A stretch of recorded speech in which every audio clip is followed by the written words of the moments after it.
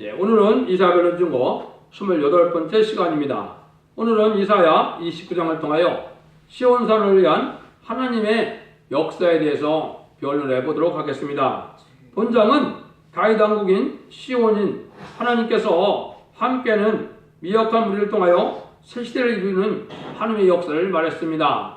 그래서 시온은 하나님이 함께하는 자들인데 시온산이라는 것은 새 시대의 다윗 왕국을 뜻한 건데요. 천년평화왕국을 주시는 하나님의 역사가 모략적으로 이루어진다. 이걸 통해서 말씀하시는데요. 이것은 아주 인간이 보기에는 미약하고 부족한 자고 인간이 보기에는 인정치 못할 자들을 하나님이 들어서 하나님의 정한 뜻을 이 땅에 이루어가게 되는 것을 알게 되는 겁니다. 그것은 하나님이 보시기에 겸손한 자들을 들어쓰게 하는 것이 하나님의 신의 역사라 이 말입니다. 여기에 참으로 놀라운 하나님의 숨은 모략을 우리가 알 수가 있는데요. 인간의 지혜 총명으로 되는 것이 아니고 하나님 앞에 바로 깨닫고 바로 보게 하는 하나님의 놀라운 역사가 이 어린애와 같은 미약한 자와 같은 이러한 겸손한 자에게 하나님의 놀라운 역사가 임한다 이 말이거든요. 본문을 통해서 결론해 보도록 하겠습니다. 슬프다 아리엘이여 아리엘이여 다윗의 진진 성읍이여 연분한 절기가 도래오려니와 내가 필경 너 아리엘을 기록게 하리니 네가 슬퍼하고 애곡하며 내게 아리엘과 같이 되리라. 내가 너를 사면으로 등을 치며 군대로 너를 에우며 대를 쌓아 너를 치더니 네가 낮아져서 땅에서 말하며 네 말소리가 나지기 티끌에서 날 것이라. 네 목소리가 신접한 자의 목소리같이 땅에서 나며 말소리가 티끌에서 짓거리리라. 어려운 말씀 같죠? 이 내용을 알고 보면 참으로 쉽습니다. 근데 첫 번째 뭐예요? 슬프다 아리엘이라고 그랬죠? 여기서 말하는 아리엘은 이게 무슨 뜻으로 하나님이 말씀하셨느냐? 이 본래 뜻은 하나님의 사자고 하나님의 강한 사자인데 여기서는 이제 예루살렘의 어려운 처지를 말하는 그러한 예루살렘을 말하기도 하는 건데요. 이거는 시온의 무리가 아주 미약한 상태에 있다가 하나님의 택한 자들이 역사를 하게 되는데 이제 좋기는 왜 좋다는 겁니까? 연분한 절기가 돌아온다는 거죠. 연분한 절기는 해마다 아주 즐거운 절기와 같이 해마다 기쁜 날이 된다는 거죠. 이건 새시대 축복이 온다 이 말이거든요. 그런데 그러기까지는 어떻게 하는 거예요?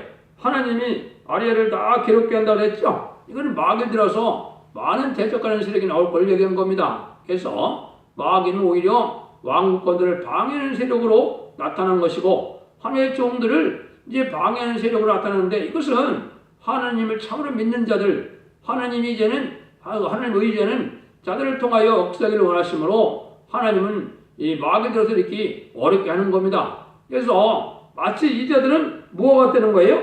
하도 이제 마귀가 둘러싸서 이제 어찌할 수 없는 상황이 올 때 하나님의 권세 능력이 떨어지는데 그 전까지는 많은 시련과 등 가운데서 여기 내가 낮아서 땅에서 말하며 네가 말소리가 나지기 티끌에서 날 것이라 그랬죠. 아주 인간들에게 멸시천대 받고 아무도 두번하지 아니할 이런 아주 미약한 단체가 된다 이 말이거든요. 이런 때 하나님은 이들을 통하여 하나님이 역사를 하신다 이 말이거든요. 그래서 세상 사람들이 보기에는 뭐라 그런다고요? 쉽게 말하면 저 미친 자 같다 이렇게 여긴다 이 말입니다. 이거는 역사적으로도 마찬가지입니다. 여러분들이 역사적으로 크게 쓰였던 그런 종들은 인간이 보기에는 다 미친 자와 같이 여겼거든요. 아마 예수님은 하나님의 아들로 오셨지만은 인간들이 예수님을 이게 받들고 하나님의 아들로 인정을 했습니까? 아니거든요. 뭐라고 했어요? 자기 형제들도 인정을 안 했지만은 이 바리새인과 사두개인들은 예수님을 바알세불이라고 하고 진짜 마귀 대장으로 여겼거든요. 그렇죠? 여러분들 가장 위대하게 쓰인 기독교상 역사에 쓰인 사람이 사도 바울이라고도 볼 수 있는데 사도 바울은 그 놀라운 은혜를 받아서 하나님의 사명을 감당할 때 어떻게 사도 바울을 비방했습니까? 저거는 연병 들린 이단이라 그랬죠? 그래서 이단의 개수라 이렇게 얘기했거든요. 이것이 하나님께로 쓰는 방법이거든요. 그건 엘리야가 됐건 모세가 됐건 세상적으로는 별로 인정을 못 받는 자리에서 쓰임받은 걸 우리가 볼 수가 있는데 여기서도 바로 그런 일을 그렇다 이 말이거든요.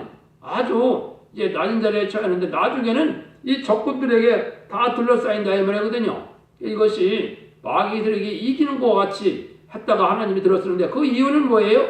합당치 않은 자들을 다 멸망시키기 위한 하나님의 모략이다 이 말입니다. 겸손한 자들은 하나님의 섭리를 깨닫지 못하게 된다. 이걸 이제 구체적으로 이 말씀을 하고 있거든요. 그럼 지금 뭐가 그럴 것 같습니까? 지금 우리가 전하는 이 멸공진리를 전하면 세상 사람들이 미친 자 같이 여기거든요. 공산당과 타협해서 공산당을 잘 다스려야 우리가 서로 전쟁도 안 하고 평화가 온다 그러는데 그건 반대거든요. 공산당은 멸망의 대상이고 협상의 대상이 아니거든요. 왜냐? 그는 마귀 세력의 대상이고 회개하지 못하는 그런 무리들이거든요. 그런데 그런 일들을 하게 되면은 아주 이 지금 우습게 생각할 수가 있죠. 왜? 지금 정권 지도자나 기업권 지도자들은 다 그런 사상으로 마귀한테 미혹받은 사상으로 지금 물들어 있거든요. 그러니까 이때 멸공을 들고 나오면 다 아주 시대하거든요.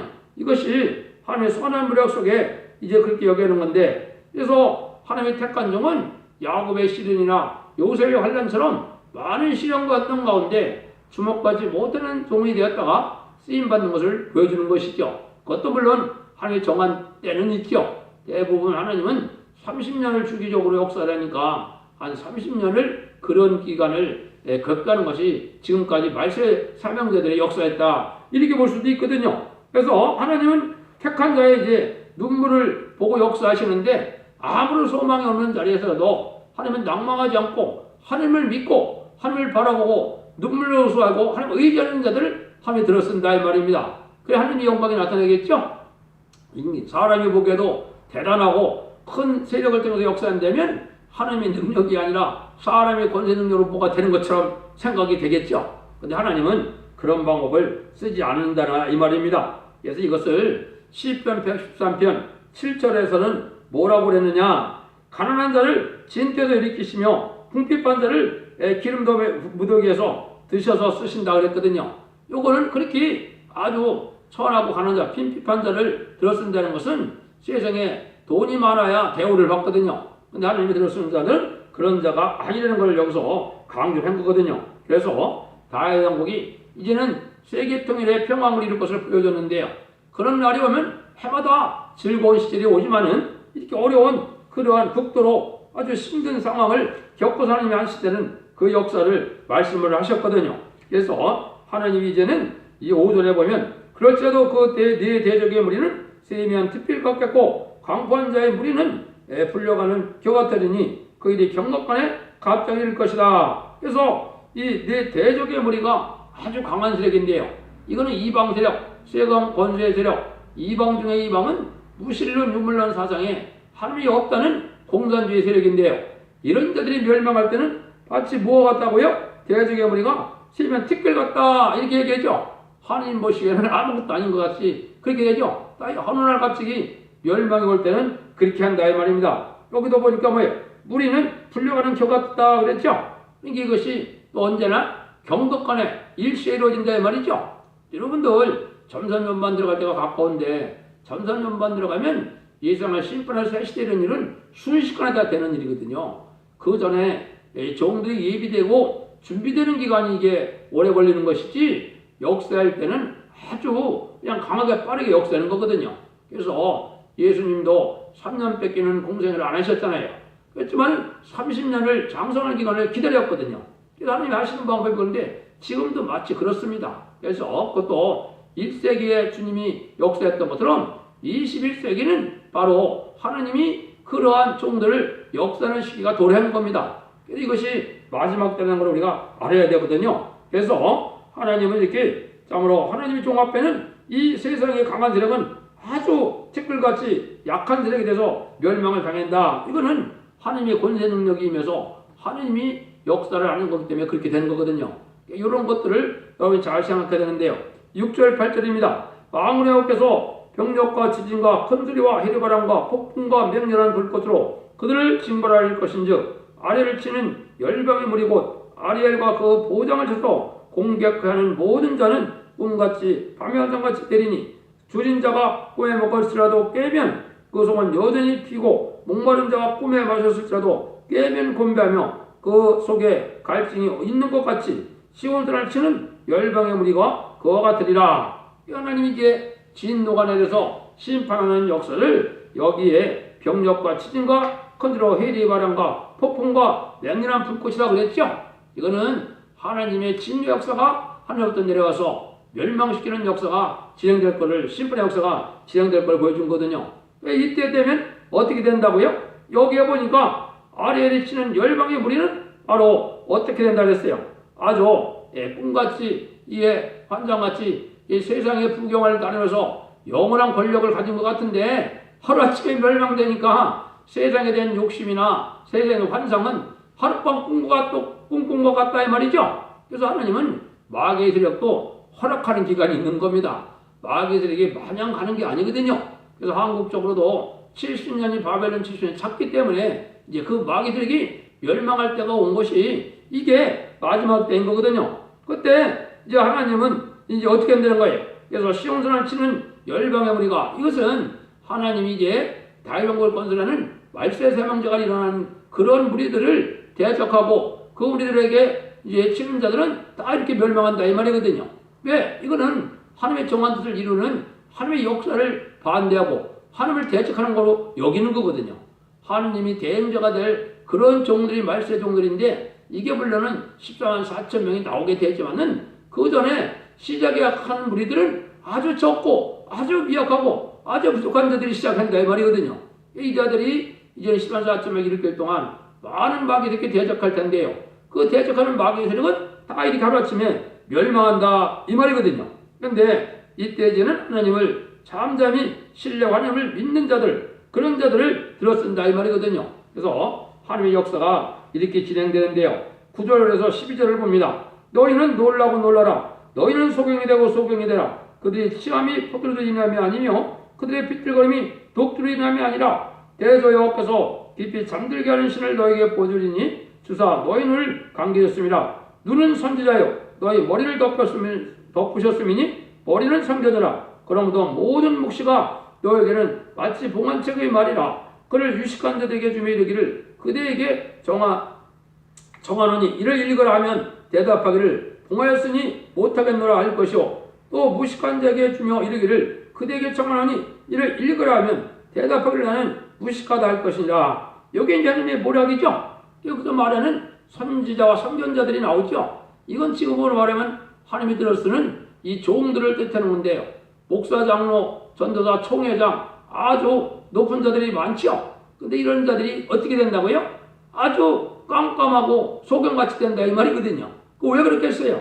하나님 합당하지 않은 심령을 가졌기 때문에 그런 겁니다. 그래서 여기 이제 술을 먹고 독한 술을 먹으면 인사불성이 되는 것처럼 이거는 하나님이 마귀에게 허락을 해서 마귀의 세력에게 흑암을 덮게 하기 때문에 눈이 감기오고 졸린 자와 같이 이렇게 된다, 소경같이 된다 이 말이거든요.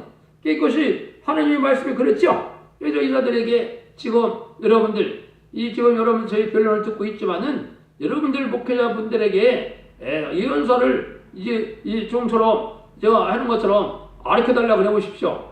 이 예언서 계시를 알 수 있습니까? 모릅니다. 인간의 시기는 박사냐 박사 할아버지가 돼도 이 하나님 말씀을 알 수가 없는 거거든요. 인간의 지식으로 되는 게 아니거든요. 여기 보니까 말이에요. 그 책은 봉안됐으니까 나는 모르겠다 그런다는 거죠. 그 다음에 평신도나 일반 집사들에게 아이고 예언서가 무슨 뜻인지 모르겠네. 계시록이 무슨 뜻인지 모르겠네. 그러면 뭐라 그런다는 거예요. 아이 나는 워낙 무식해서 그걸 알 수 있는 사람이 아니다. 그런다는 거죠. 지금 그런 시절이거든요. 여러분들 훌륭한 목회자 그러면 해외 유학 가서 박사학위를 그래도 몇 개 좀 따와야 큰 게 첩빙할 만한 그런 목회자라고 생각하시는데 그런 자들이 여기 하나님이 뭐라고요? 다 아주 소경같이 됐다 이 말이거든요. 이게 하나님이 하시는 일이라 이거예요. 왜? 하나님의 뜻을 전혀 모른다거든요. 하나님의 뜻은 순종하여 겸손한 자들이 진리의 말씀을 해요. 읽고 듣고 지키면서 희생수고하여 하나님의 말씀을 이루고 지키는 자들에게 하나님의 신의 역사가 임하는 거거든요. 그런데 종교를 통하여 자기 지를 통하여 자기 부귀영화를 해요. 개인의 영달을 해요. 그렇게 목회를 한다면 그건 하나님이 보시기에 악업이고 하나님이 보시기에는 그게 의로운 자들이 아니거든요. 그렇지 않습니까? 많은 사례비를 받아야 되고 많은 그 존경을 받아야 되고 많은 혜택을 받아야 되고 얼마나 세상에 이러한 지탄이 많이 됩니까? 그렇지 않습니까? 그러니까 그 마음을 어떻게 해요? 세상에 대한 탐욕이 심하고 음란해지고 또 악해지고 이러니까 하나님이 그 종들을 들었을 리가 있습니까? 하나님의 종 아니거든요. 예수님도 너희 아비는 마귀라고 하는 것처럼 마귀에게 지배받은 자들이거든요. 여러분들 근데 세상에 깜깜하다 보니까 그래야만 우리 종이 참으로 우리 목회자가 제일 훌륭한 것 같거든요. 우리 종이 아주 가장 설교 잘하는 것 같다는 생각하거든요. 세상 지식하고 하나님을 섬기는 것은 하나님을 만으로 여기는 거다 이렇게 되어 있거든요. 그래서 이것은 영적 흑암에 다 빠지는 것이 하나님의 뜻이고 그렇게 돼서 전혀 모르게 멸망이 와도 모른다 이 말이거든요. 그래서 하나님이 그 이유를 13절 14절에 말씀하시거든요. 한번 보시죠. 주께서 가라사대 이 백성이 입으로 나를 가까이하며 입술을 나를 존경하나 그 마음은 내게서 멀리 떠나나니 그들이 나를 경외하면 사람의 경험으로 가르침을 받았을 뿐이라. 그러면 내가 이 백성 중에 기이한 일, 곧 기이하고 가장 귀한 일을 다시 행하리니 그들 중에 지혜자의 지혜가 없어지고 명철자의 총명이 가리워지리라. 이랬죠? 이거는 여러분도 마찬가지죠? 우리가 사람을 대할 때도 서로 진실이 통하고 안팎이 이게 간사함이 없는 이런 삶이 될 때 신뢰가 가죠. 근데 하나님은 지금 많은 목회자들을 보니까 어떻게 되는 거예요? 형식적으로 하나님을 섬기는데 마음은 하나님을 두려운 마음이나 하나님의 순종하는 마음이나 하나님 앞에 순종하여 하나님의 뜻을 이루고자 하는 마음이 별로 없다 이 말이에요. 그러니까 너는 마음은 이미 나와 멀어지고 너가 형식적인 종교생활만 하고 있다 이렇게 생각한다 이 말이죠. 그래서 하나님이 어떻게 된다는 거예요? 참으로 이제 하나님이 너희들에게 가장 기이하고 귀한 일을 했다는 거죠. 그러니까 지금 뭐예요? 오히려 목회자가 다 이게 소경이 되고 깜깜해져 총명과 지혜가 없었다 이 말이죠. 여러분들 이걸 알파 역사를 보면 아시는 거예요. 알파 역사는 어떻게 됐어요? 예수님이 이제 오시기 전에 택한 백성들은 수천 년 동안 메시아를 기다리고 있었지만 막상 메시아가 나타나니까 바리새인과 사두개인들은 예수님을 하나님의 아들로 보았습니까? 이게 마귀의 대장으로 봐서 바알세불이라고 그랬습니까? 그랬죠? 이게 얼마나 이게 어둡고 캄캄하고 그런 자들입니까? 이게 제레미주가 오실 때도 마찬가지거든요. 제레미주가 오실 때도 제레미주를 사모한다긴 하는데 이 마음이 하나님 앞에 인정받지 못했기 때문에 제레미주가 오면 꼭 그 사람은 하나님이 안 쓰는 종 같고 하나님이 버린 종 같은 이런 사람들이거든요. 근데 그 이유가 여기 나와 있죠. 하나님이 너희는 사람의 계명으로 이제 가르침을 받았을 뿐이다. 하나님의 말씀을 인간의 학문으로 인간의 지식으로 하나님의 말씀을 가르치려고 그러거든요. 지금이 신학이나 지금 이런 철학이나 이게 다 하나님 중심이 아니거든요. 그 헛된 지식인데 그걸 갖고 하나님을 섬기고 그걸 갖고 하나님의 말씀을 전하려고 하거든요. 여러분들 한번 가만히 생각해 보십시오. 성경 한두 구절 읽어놓고는 자기 세상 사랑, 자기 세상 지식, 세상 그걸 가지고 다 자랑하면서 만담하듯이 그래하고 있거든요. 대형교 목사들이. 그거 하나님 앞에는 그게 벼락 맞을 짓이거든요. 하나님의 말씀만 전해야 되지 말씀에게 세상 관련해서 이걸 뭐 만담하는 것처럼 뭐 그냥 깔깔거리고 웃겨 얘기했는데 그게 하나님의 종이 아니거든요. 여러분들 하나님의 말씀은 말씀만 쫙 기전해서 말씀에 순종하도록 하는 게 이래야 이 사람이 변화가 오는 거거든요. 사람이 변화가 오면 하나님의 백성이 되고 하나님의 종이 되고 하나님을 쓰시고 존경할 만한 자가 변화가 와야 되거든요. 근데 세상 지식으로 다 가르치니까 맨날 그 타령이거든요. 10년 지나나 20년 지나나 신앙생활에 형식적으로는 열심히 하는데 몸의 변화가 안 오고 심령의 변화가 안 온다 이 말이거든요. 하나님 그걸 탓하는 거거든요. 하나님의 말씀은 철저히 순종해야만 된다는 사실이고 이게 하나님의 진리 역사를 하나님이 하시는 거거든요. 그래서 이것이 예수님이 이걸 또 명백하게 말씀을 하셨거든요. 마태복음 11장 25절 27절에 보면 그랬거든요. 그때 예수께서 대답하여 가라사대 천지의 주제이신 아버지여 이것을 지혜롭고 슬기 있는 자들에게는 숨기시고 어린아이들에게 나타나심을 감사하이다. 옳소이다. 이렇게 된 것이 아버지의 뜻입니다. 그랬죠? 이거는 어떤 상황입니까? 이게 예수님이 계셨을 때 유대인의 바리새인과 그 사두개인들은 뭐가 같다고요? 이게 어른인데 이 자들에게는 다 하나님이 숨긴다 이 말이죠. 숨기고 아버지의 뜻을 또 그리스도의 비밀을, 십자가의 비밀을 알지 못하게 한다 말이죠. 지금까지도 알지 못하는 겁니다. 유대인들이 지금 주님을 구세로 영접한 자가 많습니까? 적습니까? 아주 적거든요. 그러니까 이게 아버지의 뜻이라는 거예요. 근데 어린애 같은 자들에게는 이게 또 어떻게 한다고요? 나타나신다고 했죠? 그것이 감사하다고 했죠? 이때 어린아이 같은 사람은 누굽니까? 성년에 들어가서 제사 드릴 자격도 없는 사람들이 바로 12사도거든요. 그 사람들은 왜? 이방이 갈릴리에 살았거든요. 이방이 갈릴리에서 제사도 못 드리고 깨끗한 당신으로 메시아는 기다렸지만은 그 자들은 이게 제사 들어갈 자격도 없고 그냥 어분 노릇 안 하고 이렇게 하나님을 기다리는 그런 사람들이었거든요. 하나님은 그런 사람들에게 이 그리스도의 비밀을 알게 하고 12사도로 택권을 받는 일이 있었거든요. 이런 일이 세상 종말에 또 있을 걸 보여준 거예요. 그래서 여기에 보면 이제 하나님이 가장 귀하고 귀한 일 중에 지혜자의 지혜가 없어지고 명철의 총명이 가려진다 그죠? 세상에 박사고 학사고 뭐 학사가 몇 개네 박사가 몇 개인데 이 사람들이 다 아주 깜깜해진다 이거예요. 지금 그분들이 주님이 재림에 올 때를 알고 있고 재림에 주는 신앙 준비를 신부단장하는 방법을 알고 있습니까? 죽지 않고 세세가는 진리를 알고 있습니까? 죽지 않고 변화 승천하여 세세 왕국의 축복을 받고 하나님이 아마겟돈 전쟁에 승리하는 모략을 알고 있습니까? 전혀 모르고 있거든요. 그게 다 깜깜한 중에 깜깜한 거거든요. 여러분 이거를 지금 잘 들으셔야 돼요. 그래서 이게 예언도 그렇게 됐거든요. 시편도 예언서거든요. 시편 8편 2절에는 이렇게 예언되어 있어요. 주의 대적을 인하여 어린아이와 젖먹이의 입으로 말미암아 괜 권능을 세우시며 이 원수의 보세로 잠잠케 하십니다. 어린아이와 젖먹이 같은 자들이 하나님의 권능을 받고 나타난다 이 말이에요. 이게 말세 사명제라 이 말입니다. 이거 똑같은 얘기거든요. 이거를 마태복음 21장 16절에서도 뭐래? 그렇다 어린아이와 젖먹이 입에서 나오는 참미를 온전케 하셨다함을 너희가 읽어본 일이 없느냐 한다 이렇게 하시고 이렇게 했죠. 예수님도 그랬거든요. 그러니까 하나님의 모략이 그랬거든요.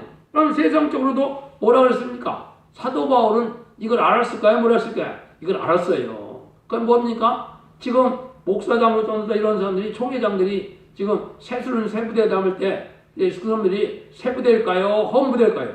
헌부대다 이 말입니다.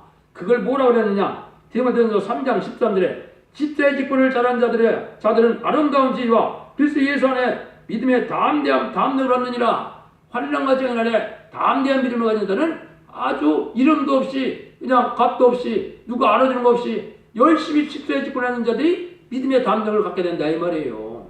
재림이 주가 오실 때는 이 세상에 잘못 신앙을 갖던 이런 높은들은 다 벌벌 떨게 되거든요. 왜? 하나님 앞에 합당하게 못 살았거든요. 근데 이 그냥 지위가 낮아서 그냥 열심히 주의를 해요. 성전을 해요. 그냥 봉사하던 사람들이 하나님 앞에 쓰임받게 되고 담대해진다 이 말이거든요. 근데 아름다운 지를 입는 거예요. 아름다운 지가 무엇이 아십니까? 이게 십상한 사실 변호성도가 되면 세세 왕권의 축복을 받는다 이 말입니다. 여러분들 직분 높은 거 가졌다 해서 좋을 일이 하나도 없습니다. 하나님 앞에 충성하시라는 것이 어떤 것인가를 여러분이 생각을 하셔야 되거든요. 그래서 이런 것도 이제 스가랴에서 보면 이 예루살렘이 뭐가 된다고요? 여기 보면 그것이 성공 없는 철벽과 같다 하는데 이때 청량하는 종은 누구라 했어요? 소년이라고 했어요. 청량하는 종은 누굽니까? 말세의 대표적인 성구적인 걸 뜻했거든요. 이거는 단순의 말씀으로 모든 인간을 다 청량해서 이게 알곡인지 축정인지 참된종이 아닌지 이걸 갈라내는 역사라는 게 청량이거든요. 그런 날이 온다고 스가랴 2장 1절에서 4절까지 말씀하셨거든요. 이게 바로 그 얘기거든요. 15절 16절입니다. 화 있을 저 자기의 도물을 요 앞에 깊이 숨기려 하는 자여 그 일을 온데어디서 행하며 이르기를 누가 우리를 보랴 누가 우리를 알랴 너에게 배려함이 심하도다. 토기장이를 어찌 흙이 진흙같이 여기겠느냐 짐을 받은 물건이 어찌 자기를 지은 자의 대의를 그러가 나를 짓지 아니었다 하겠으며 빚음을 받은 물건이 자기를 빚은 자에게 대하여 이르기를 그는 총명이 없다 하겠느냐. 이거는 조물주 하나님을 경물이 여기는 인간들에 대한 하나님의 말씀이죠. 그러니까 하나님이 세상에 토기장이가 짐을 갖고 빚으면 이게 진흙을 빚는 토기장이의 마음대로 하는 거죠. 근데 이 어리석은 이 피짐을 댄 이 토기와 같은 인간들은 어떻게 생각한다는 거예요? 토기를 빚은 자를 갖다가 무시하고 이걸 홀대한다 이 말이죠. 이게 누굽니까? 이게 기독교인들이 하나님의 종들이 천지를 창조하는 하나님의 역사라는 걸 알지 못하고 아주 교만에 빠져갖고 자기들이 잘나고 자기들이 엄청나게 지혜청명해서 하나님을 섬긴다면서 자기들 능력으로 뭘 할 것처럼 얘기를 하거든요. 이거는 하나님의 섭리를 알지 못하는 거와 똑같다 이 말이거든요. 이걸 하나님이 책망하고 있거든요. 여러분들 이걸 잘 생각하셔야 돼요. 그래서 신앙이라는 것은 자기가 처한 의지에서 그날 충성가지를 다해서 열심히 하나님을 향하여 나가는 것이 참된 신앙이지, 높은 자리에서 거들먹거리는 게 이게 신앙이 아니다 이 말입니다. 그건 종교생활이죠. 그거 갖고는 이제 여기서 뭐 자기 도모를 하나님께 숨기라는 일이라겠죠. 왜? 떳떳하지 못하니까요. 그러니까 지금 많은 소송 사건이나 이게 음란한 사건이 많이 터지고 있죠. 하느님이 안 보시는 줄 알고 있는 거예요. 자기들 나름대로 혼자 그걸 다 하면은. 그죠? 이게 다 하나님의 불꽃 같은 눈으로 안 살펴보겠습니까? 골방에서 해도 살펴보는 것이고 어디 다 속여서 해도 하나님은 다 아시는 분이거든요. 근데 그렇게 생각을 안 한다 이 말이에요. 그러니까 하나님이 그 자들을 사랑할 수가 있습니까? 그래도 큰 죄를 받게 되고 이제 화를 받게 되는 것이죠. 그래서 17절 21절 보시죠. 미구의 레바논이 기름진 밭으로 변하지 않겠으며 기름진 밭이 산지로 여김이 되지 않겠느냐. 그날에 디모거리가 책에 말을 들을 것이며 어두고 깜깜한 데서 소경의 눈이 보일 것이며 겸손한 자가 자기를 내어 기쁨이 더하겠고 사람 중 비핍한 자가 이스라엘의 거룩한 자를 내 즐거워하리니 이는 강구한 자가 소멸되었으며 경건한 자가 그쳤으며 지혜의 길을 엿보던 자가 다 끊어졌습니다. 그들은 송사의 사람에게 죄를 입히며 싸움에서 판단한 자를 오염으로 잡듯 하며 헛된 길로 악의를 억울게 하느니라. 이거는 인간의 지식과 지식으로 하나님의 뜻을 이뤄가지 못하고 자기 뜻을 이루고 이런 자들은 다 멸망이 온다 이 말이죠. 그런데 기뻐할 자들은 누구라고요? 참으로 의롭고 경건한데 가난하고 빈핍한 자들이 하나님의 기쁨을 받게 된다 이 말이죠. 이 부자가 되고 높은 자가 되면 하나님을 경을 여서 하나님이 그 생각하는 겸손한 자가 안 되거든요. 그 자는 다 멸망이 오고 이 가난하고 빈핍하지만 하나님을 두려워하고 말씀에 떨면서 지키는 이런 자들은 아주 기쁨이 충만해진다 이 말이죠. 이때 하나님이 이제 참된 종들을 일으키는 겁니다. 변화성도가 나오는 것은 바로 그런 종들이 나오는 겁니다. 여러분들 이름도 없이 부인도 없이 자기 있는 힘을 다하여 하나님을 섬기기를 원하고 하나님의 뜻을 이루기를 원하는 이런 것들에 대해야 되는데 사람에게 인정받고 사람에게 추앙받고 명예욕으로 욕심으로 그렇게 하나님이 이루는 자들은 다 멸망을 당한다 이 말이거든요. 이런 날이 온다는 겁니다. 여러분들 이걸 알아야 되거든요. 그래서 이 도덕적인 겸손을 얘기하는 것이 아니거든요. 그래서 예수님도 첫째 예수님의 품성은 어떻습니까? 온유와 겸손이 있죠. 온유와 겸손이 있어야 주의 길을 갈 수 있는 거고 주님의 사랑을 받을 수 있는 거거든요. 예수님을 닮아야 될 거 아닙니까? 하나님은 사랑과 공의 하나님이죠. 하나님은 사랑이 있지만은 아주 공의가 또 대단하신 분이거든요. 마땅히 행할 일을 알게 하고 불쌍히 올 때를 불쌍히 여기고 합당한 자에게 합당한 복을 주는 것이지 이렇게 간사함이 많고 남을 속여서 하려는 자들은 다 하나님 앞에 멸망을 당한다 이 말이거든요. 그러면 이게 영적인 겸손은 어떻게 해야 우리가 받을 수 있느냐? 하나님의 말씀에 대한 지식이 충만해야 돼요. 성삼위 하나님 역사가 얼마나 사랑과 두려움으로 하나님이 역사하신다는 사실을 잘 깨닫는 것이 필요하거든요. 그러니까 주님은 그 사복음을 통해서 알게 되고 하나님은 예언서기를 통해서 알게 되고 성령님은 편지를 통해서 알게 되죠. 그걸 실천해야 알게 돼요. 그런 섭리를 잘 깨달아야 겸손해진다 이 말이에요. 그 다음에는 마음이 자꾸 깨끗해져야 겸손해지거든요. 또 뭐냐? 은혜가 충만할 때 겸손이다. 이거는 성령 충만해야 겸손하게 되거든요. 그래서 바로 듣고 바르게 깨달게 역사는 바로 그런 일을 하는 겁니다. 그래서 하나님이 이제는 옛날에도 아까도 말씀드린 이 12사도나 베드로를 통한 14사도들은 보라 어린 양이로다 세상들을 지고 하느냐 할 때 그것이 예수님 하나님의 아들로 보였고 하나님의 말씀이 생명 말씀을 보였지만은 바리새인 사두개인들은 나사로를 살리고 오병의 기적을 행해도 하나님의 아들로 안 보였거든요. 그러니까 그런 현상이 지금 이루어지고 있다 이 말이거든요. 게다가 멸망을 당한다 이 말이거든요. 22절 23절입니다. 그러므로 아브라함을 구속하신 여호와께서 야곱 족속에 대하여 말씀하시를 야곱이 이제부터 부끄러워하지 하겠고 그 얼굴이 이제부터 실색하지 아니할 것이며 그 자손은 자기 나의 손으로 그 가운데서 행한 것을 볼 때 내 이름을 거룩하다 하며 야곱의 거룩한 자를 거룩하다 하며 이스라엘 하나님을 경외할 것이며 마음이 혼매된 자도 총명하게 되며 원망하던 자도 교훈을 받으라. 반대가 되죠. 세상에 지식 많고 박사학위 많이 갖고 총회장 목회자 이 타이틀 가지고 나면 다 지혜가 없어지고 총명 없어진다 그러고, 여기 보니까 세상에 무식하고 별것도 아닌 자들인데 하나님이 거룩한 자래요. 총명을 받게 된다 말이죠. 바로 깨닫게 되고 겸손한 자들이 있기다 바로 알게 되는 때가 오거든요. 그래서 하나님의 크게 쓰여질 정도는 이렇게 겸손한 자가 같은 자들이고, 하나님의 신같이 쓰일 정도들이 바로 사람이 보기에는 미친 것 같고 어리석은 것 같지만은 하나님이 그런 자를 잘 들어쓴다. 여러분들 뭐라 그랬습니까? 아브라함도 이제는 아들을 바치는 아브라함이나 또 아내를 얻게요 14년이나 봉사한 이 야곱도 지금 세상으로 본다면 얼마나 어리석은 자들입니까? 그렇죠? 나는 그 자들을 기쁘게 여기고 그게 믿음이 좋다고 여겼거든요. 그게 하나님이 싫은 길을 아주 잘 받아들이고 가는 자들이거든요. 하나님의 역사는 이렇게 진행된다는 사실이거든요. 그래서 하나님의 공경한 자들은 이렇게 신앙 노선이 두 가지가 있는 건데, 항상 아담의 가정에도 가벨과 아벨이 있었던 것처럼 노예 가정에도 어떻게 했어요? 함과 셈과 야벳이 있었지만 함은 저주를 받았죠. 셈과 야벳은 칭찬을 받았죠. 이렇게 나눠지는 거예요.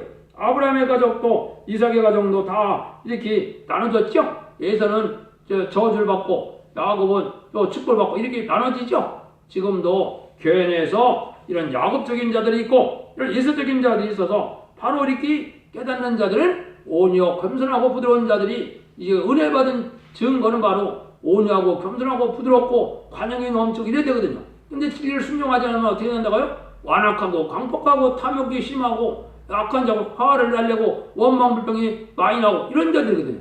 이거는 목회자로서는 하나님 앞에 쓰임받지 못할 자들이거든요.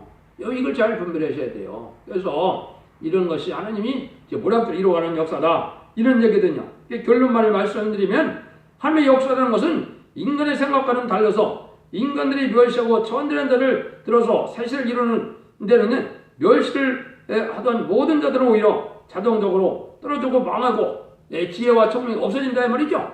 세상의 지식을 가지고 자기의 어떤 지위를 가지고 하나님을 성질하는 자들은 이게 다 어리석은 자들이다 이 말입니다. 하나님의 신의 역사를 받아야지 세상 학문으로 하나님의 섭리를 깨닫고 하나님의 진리를 깨닫는 역사가 나올 수가 없는 거거든요. 여러분들이 하나님의 선한 모략적이니까 이걸 하나님의 말씀을 잘 들으시고 또 성경본을 자세히 읽어서 하나님이 어떻게 천년왕국을 이루고 세상 심판할 때 어떤 들이 복을 받는다는 것을 해서 여러분들 신앙의 정도를 찾아서 여러분들 죽지 않고 새 시대 가고 죽지 않고 세대 왕국을 축복하는 복된 종들과 성도님이 다 되시기를 예수님으로 간절히 축원드립니다. 아멘.